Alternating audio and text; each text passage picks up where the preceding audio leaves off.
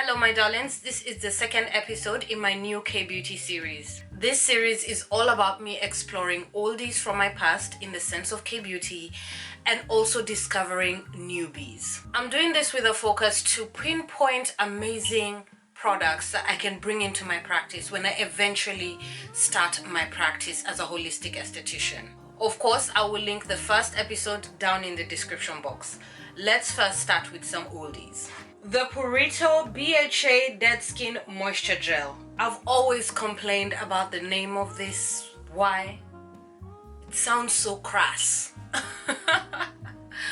But it's fantastic. It is something I have bought so many times over the last maybe 5-6 years. It is BHA predominant, which is salicylic acid. I love the size, I love the price, I love how soothing it feels on the skin. It not only does the work in the pores, it's also really soothing, really hydrating. There's not much to say about this product apart from it does the job, and it does the job well, and I will keep repurchasing it. It has such a simple ingredient deck. There is Artemisia in 20%, there's Aloe in 5%, and there's BHA in 2%. There's also tea tree extract and sodium hyaluronate. It does the job. You know, the best skincare out there is usually the simplest skincare. Next up with me is the Instree Chestnut AHA 8% Clear Essence. This is something that I fell in love with when I did a past K-beauty series, which I will link down below. But since then, it has been reformulated. And I like the new reformulation. You know, it does the thing. You wake up and the skin looks, you know, a little bit more polished, very hydrated, very, very hydrated, a little bit of a plump effect as well. But I like the old formulation for the wrong reasons. Hear me out. The old formulation was far more stronger than this. Like, it was guaranteed you were going to wake up with polished skin and you could feel how strong it was on the skin. That is not a good thing, but it's a good thing when you're into vanity and you want perfection in the next morning. Regardless, this still does the job and I like it. I like that they're reformulated. I will always champion gentle, mindful exfoliation. In saying that, I don't know if I would repurchase the new formulation. I mean, it's nice, it's doing the thing, but I keep thinking about the old formulation with its almost 100% guarantee that I would wake up with close to flawless skin. This, not so much. You know, I'm at 80%. The old formulation was at like 99%. This is more like 80%. So would I repurchase this? I don't know, but I definitely recommend it because I will always be an advocate for gentle exfoliation. They reformulated it and made it gentler, and that will always be a good thing. This has a blend of quite a few acids. There is glycolic acid in this, lactic acid, madescacic acid, acetic acid as well. There is also sodium hyaluronate, centella extract. They do love that ingredient in K-beauty, don't they? And quite a few other extracts and derivatives of coconut oil. It does feel good on the skin. It does feel good on the skin, but I keep thinking about the older one. I do recommend this though. If you've been here long enough, you know how I feel about toners. That's my area in skincare, you know. This is in my top 5 list. I absolutely love it. Every time I have it in my routine, I have joy, I have great skin, tempered oils, the pores are managed and reeled in. Just, I love this. I love this. This is the Aromatica Vitalizing Rosemary Deconcoction Toner. This is a product that showed me that my skin likes rosemary. Yes. I went through one bottle, then I went through another, then in the middle of all that, I played with ingredients, I played with products that had rosemary, and I noted that's what's making me love this. I can't tell you how much I love this toner. What I will tell you is I hate the price. It is slightly spendy for a toner, but it is a very generous bottle. This is 300 ml. But it is a product I can only recommend for oilier skin types and those who need to maintain their pores. I think if you have a drier skin type or you have a sensitive skin type, you might not enjoy that as much as I do. And just like the Purito product, it's the simplicity for me in this. The main ingredient in this product is rosemary water, which is in 80%. There's also aloe, glycerin, rosemary oil, and chamomile extract. It's just, I love it. I love it. I love it. I love it. It's beautiful. I want everybody with oily skin to try that toner. It ticks so many boxes for me. It's astringent, meaning it picks up the oils on the skin. It manages pores, as I had said. It's quite hydrating. Just does the job. IJ loves it. Okay? IJ loves it. Before we move on to the newbies, I want to give an honorable mention to this product. This is something I discovered when I did my masking series last year. Absolutely beautiful. I seem to keep buying it. In fact, I think I have a tube backup in my collection. This is a Sulwashoo overnight vitalizing mask. This just ticks so many boxes for me. My skin responds very well to extracts and plant oils. This is chock full of that. My skin also responds very well to honey. This has honey. Beautiful whipped texture. I find it to be very soothing, very cocooning to the skin. Just a fantastic moisturizer. Ignore this overnight mask business. This is just a really good moisturizer. It still gets a solid 4 out of 5 from me, and it's something that I know I will repurchase, and I definitely recommend it. Another ingredient it has that my skin absolutely loves is shea, so keep that in mind if you do have oilier skin, because shea can be a little bit disrespectful to oilier skin. There's also glycerin and honey, quite a few emollients and humectants, and some of the extracts in this are skullcap, walnut seed, peony, licorice, and ginseng. I will make sure to leave my masking series linked down below. Now let's move on to the newbies. The reason why this episode is a little bit late is because a lot of what I have been trying out has been very mediocre. In fact, I have one mediocre product to share with you, but there'll be some context to explain why I even thought to bring it into this video. But let's start with the one that surprised me. Let's start with that one. This is the VT Cica Reti A Mask. This is a box of sheet masks.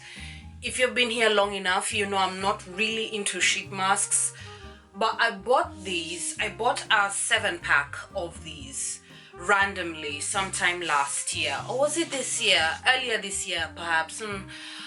And I absolutely loved them, and I was using them mostly for my home facials. I like to have a sheet mask during my home facials, and I just noticed the extra edge it gave my results, just how the skin looked. And I went a few months without this, and I felt, you know what, I miss those masks. I'm thinking about them.